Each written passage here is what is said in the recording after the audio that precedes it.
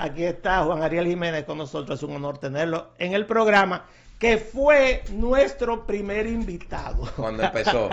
El primer día que abrió este programa Trae en Vivo, el invitado fue Juan Ariel Jiménez. Buenos días. Ha llovido mucho. Hay que caerle mucho detrás ahora para que venga, pero es por sus ocupaciones. ¿Cómo le va? Buenos días. Muy a gusto de estar aquí compartiendo con ustedes. Al contrario, porque dicen que yo soy un fan suyo. No sé por qué. Mire, estamos en enero y en enero, por supuesto, las personas piensan mucho en lo que va a pasar en los próximos meses. No debería así, porque esta división en años es una división de los seres humanos. Dios creó el día y la noche y ya. Pero nosotros hemos creado otras cosas. Pero enero es un mes de reflexión, de expectativas, le llaman la cuesta de enero. Yo lo digo porque la gente va despacio. Primero a ver si llega a fin de mes. Y en segundo lugar porque quiere ver cómo irá el año. La expectativa en la República Dominicana a principio de año, pienso yo, que las señales no son las mejores. Nosotros tenemos 3 o 4 señales complicadas. En primer lugar, en el día de hoy comienza la llamada nivelación, que no es más que el aumento de precios de los peajes. Es un aumento de precio mínimo todavía, es un peaje bastante barato en la República Dominicana y eso yo tengo que reconocerlo. Pero sin embargo, es un tema de que aparentemente falta dinero en el gobierno. Y esa falta de dinero en el gobierno se manifiesta también por lo que unos llaman apagones financieros. Ya hoy, en todo el suroeste del país, Barahona, Pedernales, Bauruco, Independencia, hay protestas porque los apagones ya no dejan tranquilo a las personas. En segundo lugar, de forma imperceptible, yo le voy a hacer un cuadro completo, hay un tema con la tasa de cambio, por más que se quiera. Ayer yo comí con un importador de medicamentos y me decía, no, yo consigo a esa tasa que hablan que está el dólar en el banco, pero cantidades mínimas. Cuando tengo que importar, tengo que irme a un mercado paralelo que había desaparecido. Y que el dólar en el mercado paralelo anda por alrededor de 62.20 a 62.40. Increíble. La normal es, la oficial es 61,40 y 50, por ahí anda. O sea, un peso más ya. Y eso es una señal muy peligrosa. Y lo tercero es que definitivamente el gobierno tiene que buscar un problema, una solución al déficit de presupuesto, porque la cantidad de préstamos en algún momento va a sobrepasar la capacidad que tenemos nosotros de pagar, y sobre todo que hay un déficit solapado del cual nadie habla, que es el déficit cuasi fiscal del Banco Central. Ahí está el menú. Explíqueme cómo que vamos a salir de este lío, usted que es experto en eso. Bueno, en efecto, el año 2025 plantea muchos retos. Retos para todo el mundo, retos para la familia, que tiene precios muy altos, que no les rinde el dinero, que en caso de tener un préstamo de vehículo hipotecario está pagando unas tasas de interés altísimas. Dificultades para las empresas, que ven disminuir las ventas, que todo sigue subiendo y que si quiere hacer una inversión igual se enfrentan a altas tasas de interés. Y también problemas en el gobierno, porque la fiesta descontrolada que hubo durante todos estos años, sobre todo en el 2024, que fue un año electoral, en algún momento viene la resaca. Y yo denominaría el año 2025 como el año de la resaca. Entonces, ¿qué podemos hacer? Bueno, a nivel de individuos, considero que lo más importante es planificar sus finanzas. Entender que este va a ser un año duro, y si va a ser duro, pues lo mejor que puede hacer es con tiempo organizarse. Agarrar un papel, poner ingresos e ir pensando mes a mes cuánto es seguro que me va a entrar. Digamos el salario, ¿no? Dios mediante que no voten a esa persona. Pero si continúa con su empleo, el salario.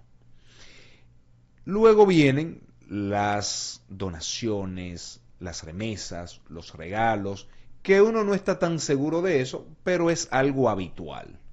Bueno, casi siempre me mandan $100, $200, entonces uno lo pone ahí. Y en tercer lugar, cualquier expectativa que uno tenga de vender una casa, un vehículo, un motor. Entonces luego vamos con los gastos. También priorizar desde el gasto más importante. ¿En qué no puedo fallar? La alimentación, por ejemplo, la medicina, el alquiler de la vivienda, e ir segmentando por lo necesario y en último lugar lo que uno quisiera si rinden los cuartos. La diversión, el esparcimiento, por ejemplo. Y ahí uno se va a dar cuenta hasta qué punto esta sábana me permite arroparme. Y uno dice, mira, si gano 40,000 pesos, pero tengo gastos por 50,000, tengo que reducir 10,000 pesos en gastos. O tengo que buscar cómo me va a ingresar 10,000 pesos más.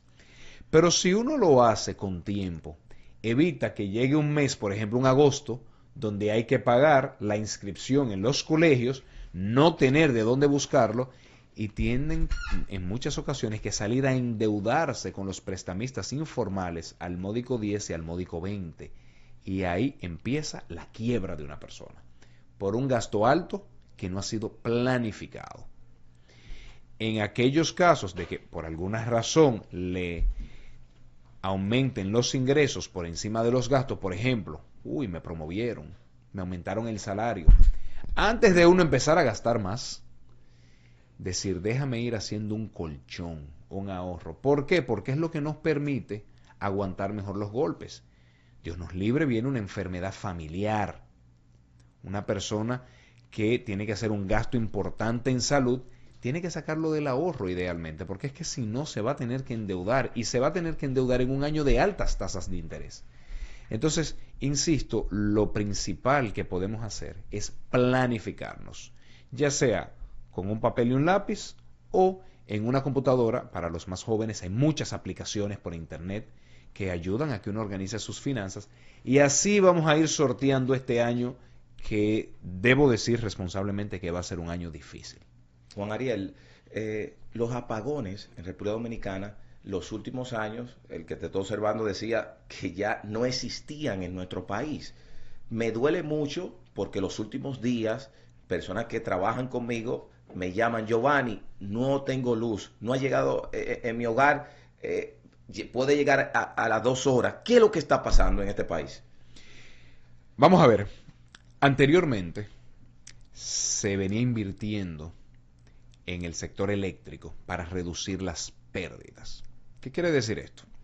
De cada 100 pesos que una generadora produce y por tanto vende, no todo ese dinero lo pueden las distribuidoras cobrar. ¿Por qué? Por muchas razones. Porque la gente se conecta al tendido eléctrico directamente, porque la gente altera el contador, porque se pierde energía en los cables. Entonces, ¿cómo se soluciona eso? Ese es el gran problema de la economía dominicana. Es un problema histórico, ¿no? Solucionar eso requiere de muchas iniciativas, entre ellas invertir en mejorar las redes, invertir en contadores telemedidos, invertir en contadores prepagos. Anteriormente, con proyectos con organismos internacionales, se venían haciendo importantes inversiones y se iban reduciendo las pérdidas, a un punto que el déficit del sector eléctrico en el año 2019 fue de apenas 440 millones de dólares. ¿Qué ha ocurrido en estos 4 años? Que el gobierno dejó de invertir en el sector eléctrico. Eso es como un carro que tú dejes de darle mantenimiento y cambiarle el aceite y cambiarle las bujías. Se te va a agotar y te va a empezar a dar palo. Entonces el sector eléctrico, a falta de inversiones, empezó a dar palo. Eso ha llevado a que se disparen las pérdidas. Nosotros tenemos, doctor, como 15 años de retraso. O sea, los niveles de pérdidas actuales están al nivel del 2010. Increíble.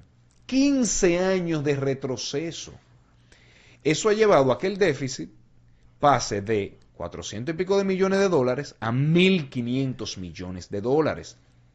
Como el gobierno no pudo pasar la reforma fiscal, no la está pasando de a pedacito. Y una de esas formas son los ahora apagones financieros.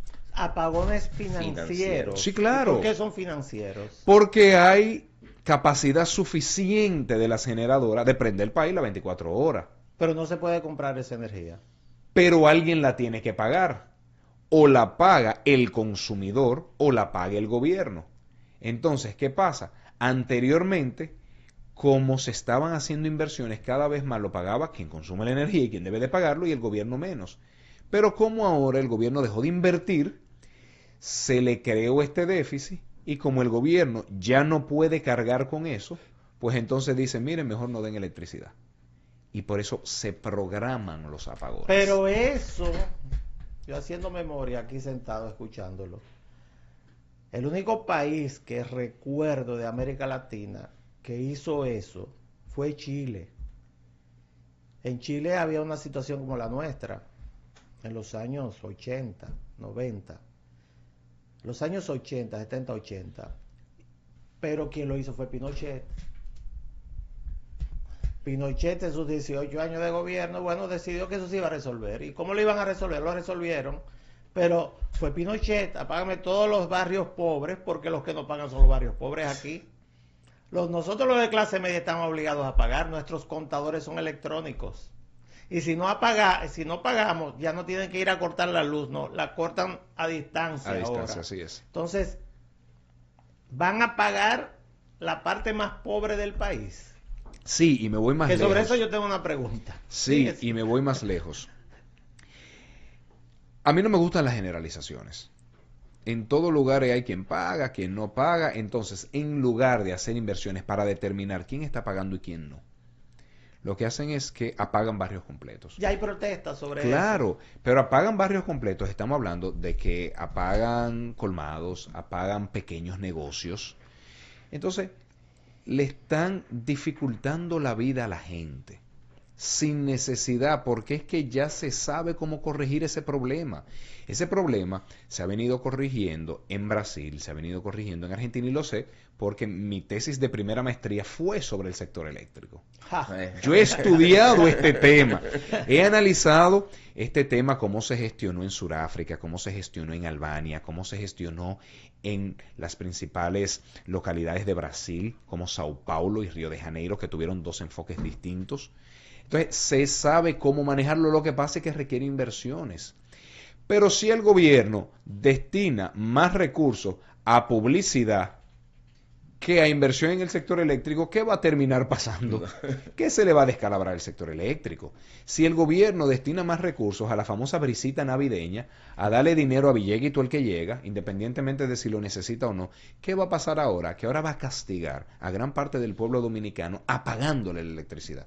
Si ustedes están conscientes de eso, te doy 1.500 pesos en Navidad, no importa si lo necesito o no, pero te apago en enero. No, señor, así no se gestiona un país. Tú sabes que hay una pregunta que en el día de ayer yo hablaba con una persona muy importante del canal y estábamos hablando del tema económico y me dijo, yo quiero que usted me le haga una pregunta a Juan Ariel mañana cuando venga. Máximo, tú tienes una foto que yo te mandé, pónsela para que Juan Ariel la mire. Y también los televidentes, por supuesto. Eso que ustedes ven ahí, ¿ustedes saben lo que es? Esa es una foto aérea del año 1970. Eso que ustedes ven ahí es la avenida Nacaona. Ese es el Parque Mirador Sur. Y hacia abajo, hacia donde está el mar, pues es la avenida de los Indios. Eso que ustedes ven ahí Increíble. Es lo que nosotros tenemos a 2 cuadras de acá. Cambió. Y yo saqué esa foto para enseñársela. Y también complaciendo a mi amiga que me dijo ayer, pregúntele algo, pero es para contextualizar la pregunta. La República Dominicana es considerado un milagro en el Caribe. Un milagro en América Latina. Es el país que más ha crecido en los últimos 60 años en términos de PIB, de Producto Interno Bruto. Un presidente de su partido, el doctor Leonel Fernández, se jactaba de que Balaguer le entregó 18 mil millones de pesos en presupuesto de PIB y cuando él entregó el gobierno, no sé cuántos años después, pues eran más de 120, 130 mil millones de pesos. Perfecto. Eso es el Mirador. El Mirador, que alrededor del Mirador están los mayores capitales del país, probablemente, que viven ahí. Pero mire, ¿y cómo es posible que esa economía tan admirada en muchos lugares, permita que en este momento esos que viven ahí en apartamentos en el Mirador nuevo ya, que cuestan 2, 3, 4 millones de dólares, simplemente con cruzar una avenida hacia el oeste, encontrará muchísimas personas que viven prácticamente en el suelo, duermen, mientras es muy difícil para ellos mismos llegar a fin de mes para comer y no tienen una vivienda, ni servicios de salud, ni de educación para sus hijos que sean adecuados. ¿Por qué hay tanta desigualdad en la República Dominicana? ¿Dónde es que han metido el dinero que ha producido esta economía que no se distribuye para todos? Esa es una excelente pregunta. Sin lugar a dudas, la economía dominicana ha crecido. Somos hoy un país completamente distinto a lo que éramos en la década de los 70, por ejemplo. El problema es que no todo el mundo ha tenido la misma mejoría. Hay muchos que se han quedado atrás. Hay muchas personas que no se han podido montar en el tren del desarrollo.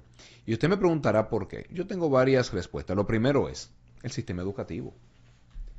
Es que hay personas que pueden enviar a sus hijos a buenos colegios, buenas universidades, incluso a estudiar fuera.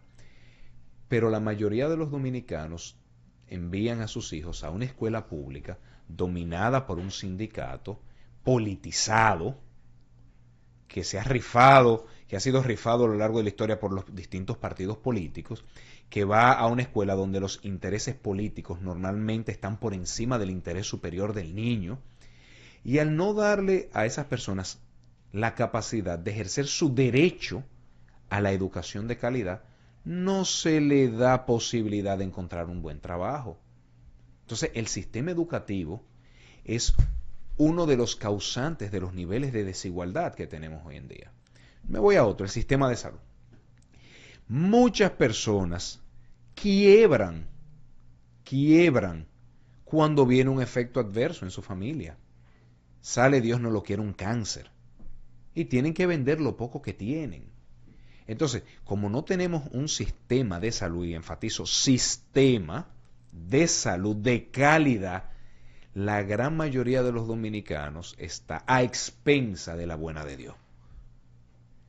Y así podemos irnos sector por sector viendo cómo eso ha limitado que muchos dominicanos puedan pasar del barrio a la urbanización. Bueno, yo le puedo completar lo que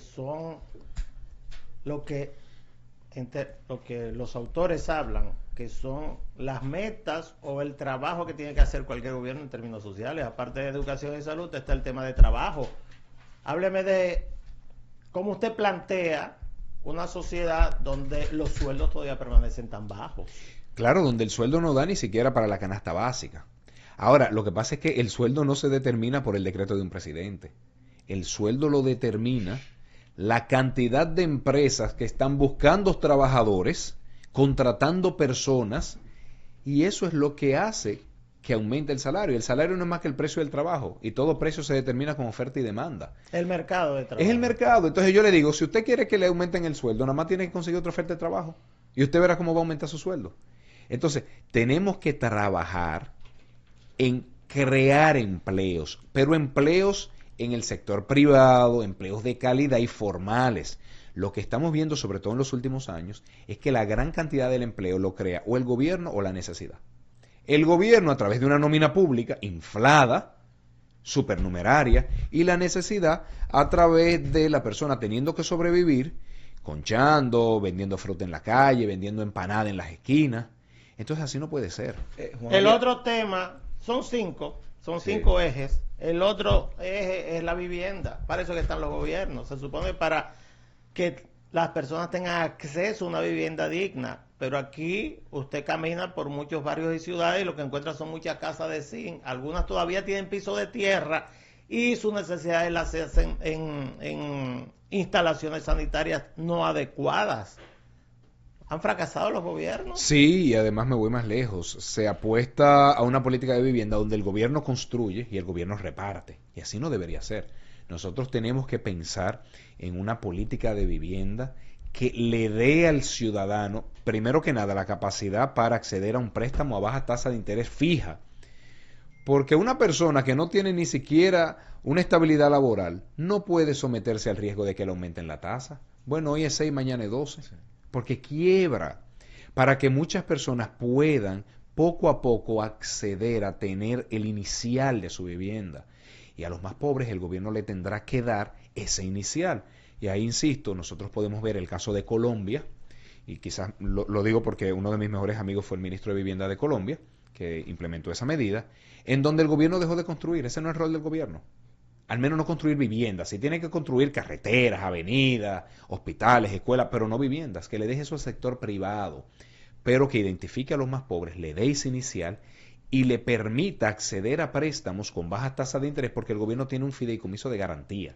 O sea, es usar el mercado para que funcione para los más pobres y no solamente para los más ricos. Y el último es la movilidad, el tránsito. O sea, tienes también que proveerle una forma adecuada para que la gente más pobre o de menos ingresos lleguen a sus empleos, puedan movilizarse, o a los de clase media, nosotros no tenemos que usar esos vehículos todo el tiempo, que es lo que hacemos acá, y por eso la movilidad en la República Dominicana es un desastre. Y hay que poner orden.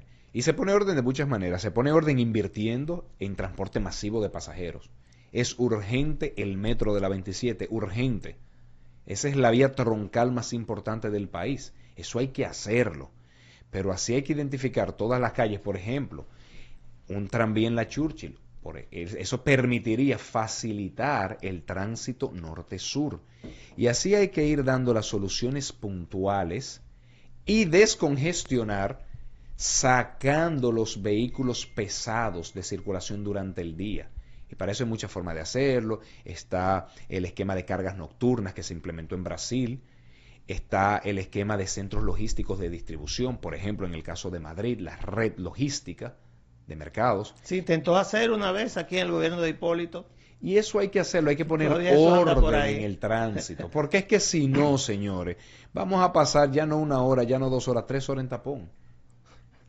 Juan Ariel, cuando tú hablas de toda esta situación económica que vive el país, nosotros hemos observado, y me duele mucho decirlo, estudiamos en un buen colegio, fuimos a una buena universidad, quien te habla, y muchos de mis amigos se han ido del país, de clase media alta, y me dicen, no, Giovanni, no puedo estar en Santo Domingo, hay un caos, no hay garantías.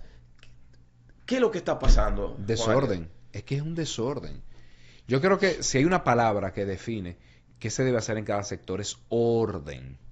Yo escuchaba anteriormente el desorden que hay con el tema de las cirugías plásticas. Claro. Todo el mundo hace una cirugía plástica, imprime un diploma, ¿verdad que sí? Que con inteligencia artificial me imagino que ahora se hacen súper bien, igualito. Y dicen, mire, yo soy cirujano. Eso es un desorden.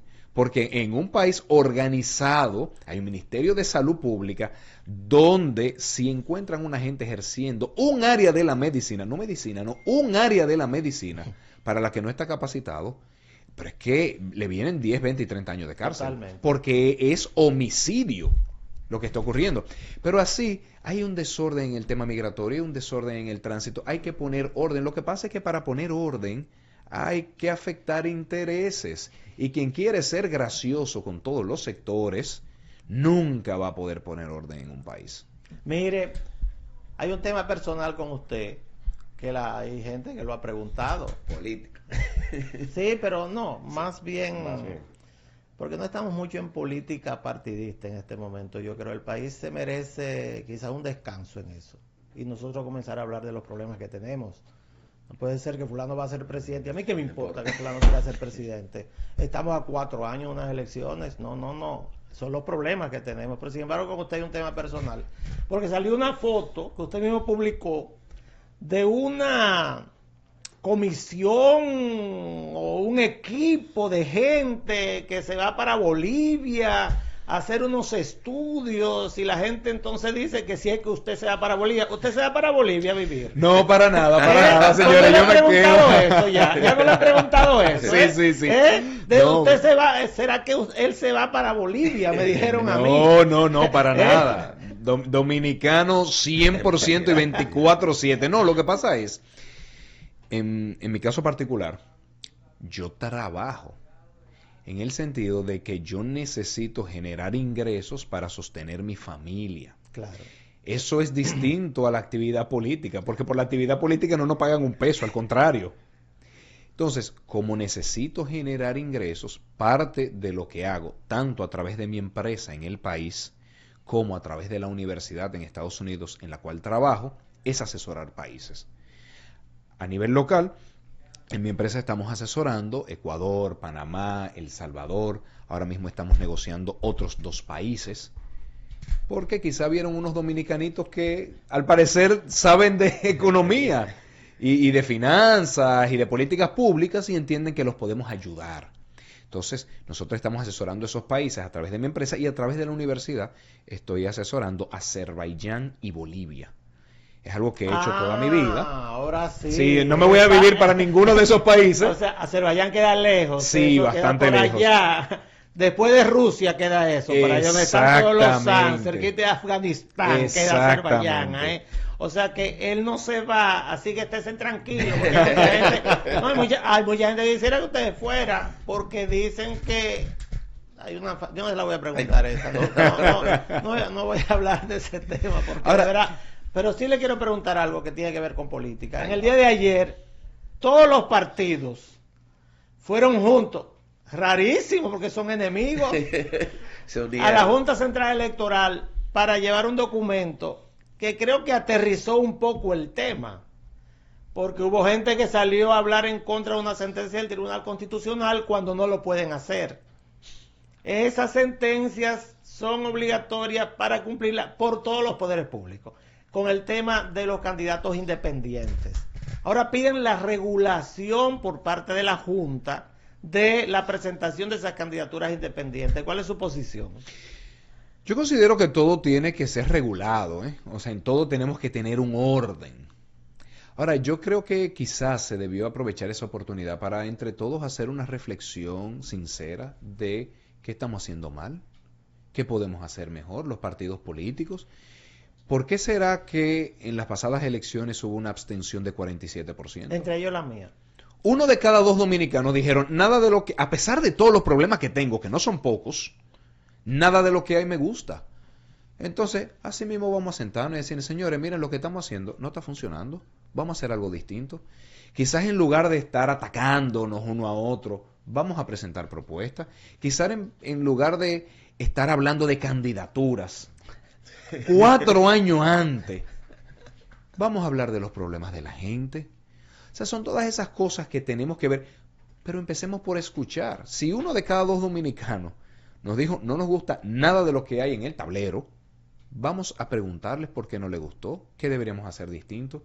Entonces yo creo en los partidos políticos, pero no porque deban tener un monopolio de la presentación electoral, sino porque brinden la confianza al electorado de que hacen las cosas correctamente. Entonces, quizás nos hace falta un poquito de autocrítica y de humildad. Fíjese, hay algo que ocurrirá el lunes, que es la toma de posesión del presidente Donald Trump. Y hay 3 presidentes latinoamericanos que están invitados a la inauguración, que así se llama el acto en los Estados Unidos. Y ninguno de los 3 es de partidos políticos. Javier Milei de la Argentina, Nayib Bukele de El Salvador y Daniel Noboa de Ecuador. Ninguno de los 3 viene del sistema de partidos políticos. ¿Es un fenómeno latinoamericano? Es un fenómeno mundial, es un fenómeno mundial. Macron en Francia se desliga de los partidos políticos y saca su movimiento En Marcha, En Marche. Entonces eso está ocurriendo y yo creo que nos debe llamar a reflexión, insisto. Pero para reflexionar hay que tener humildad y hay que tener autocrítica. Mire, ¿dónde usted vive? ¿Usted vive aquí o vive en Boston? Yo vivo... Porque usted está mucho tiempo aquí, a cada rato lo veo aquí y después aparece en Boston. ¿Dónde es que usted vive? Yo vivo en ambos lugares, Yo doy clases allá lunes, miércoles y jueves. Doy clases algunos semestres. Yo doy clases en el semestre de otoño, que es agosto-diciembre. O sea, ahora no da clases. Ahora no está nadie dando clases porque estamos en vacaciones de invierno. Oh, el semestre inicia el 24 de enero, pero yo no doy clases en la primera etapa del semestre. A mí, una materia que doy sigue en la segunda etapa, sigue en marzo, abril y mayo. Mire, es bueno que usted diga eso, porque aquí hay mucha gente que está nerviosa. Se pone nerviosa cuando lo ven aquí. O sea, y usted lo que hace quizás es ejercer su derecho a opinar y discutir temas. Así no es. rehúye a nadie. No a nadie, a nada. Acepta todo tipo de invitación, hasta programas que nadie ve, no como este que lo ve todo el país, pero porque aquí hay programas que nadie ve, pero este no, este lo ve todo el mundo. Y a los que no lo ven, nosotros lo ponemos en las redes sociales esta tarde. Pero usted va a estar entonces mucho tiempo a principio de año, después va a estar dando clases en Boston y entonces va a dividir su tiempo. Esa es la idea. Así es, yo divido mi tiempo en la universidad, la familia, la política, la iglesia, los amigos. O sea, es que el político nada más no es político, uno es otras cosas al mismo tiempo. Mire, hablando de eso, su abuela baila muy bien cuando usted la pone a bailar. Casi 99 años tiene, casi 99 años tiene, la mayor bendición de mi familia. La verdad que sí, usted lo vio bailando a la abuela. Sí, claro que sí. ¿Usted lo vio? Sí. Diga que sí, porque sí, es así. claro. Pero lo que la gente no vio, lo que no se vio. es que en esa actividad familiar mi tía la saca a bailar Sí. y ella le corta los ojos y le dice, yo no bailo Digo con que mujeres. no. Ah, ¿Qué tengo yo que estar bailando con que ella mujeres? baila con No, así mujeres. mismo. Y entonces ahí los hombres que estábamos, pues sí la sacamos a bailar y ella feliz. Entonces se siente y dice, ahora sí, pero ¿quién va a estar bailando con mujeres? Mire, Juan Ariel, muchísimas gracias. Feliz de estar aquí No lo con puedo ustedes. despedir sin decirle que nosotros estamos muy orgullosos de ser su amigo. Sí. Muchísimas A gracias. mí me consta porque me lo ha dicho un sinnúmero de De que, tiene, ocasiones. de que tiene posiciones políticas muy claras, económicas muy claras. Si tiene, no diga sí ni que no, en mi opinión, una de las virtudes principales que puede tener un político en un país. ¿Usted sabe cuál es? ¿Cuál? Yo se la voy a decir. Dígame. Hay un axioma que dice que usted no puede aspirar a ningún cargo. Espero a que lo aspiren. Y a él lo está aspirando muchísima gente. Así que muchísimas gracias.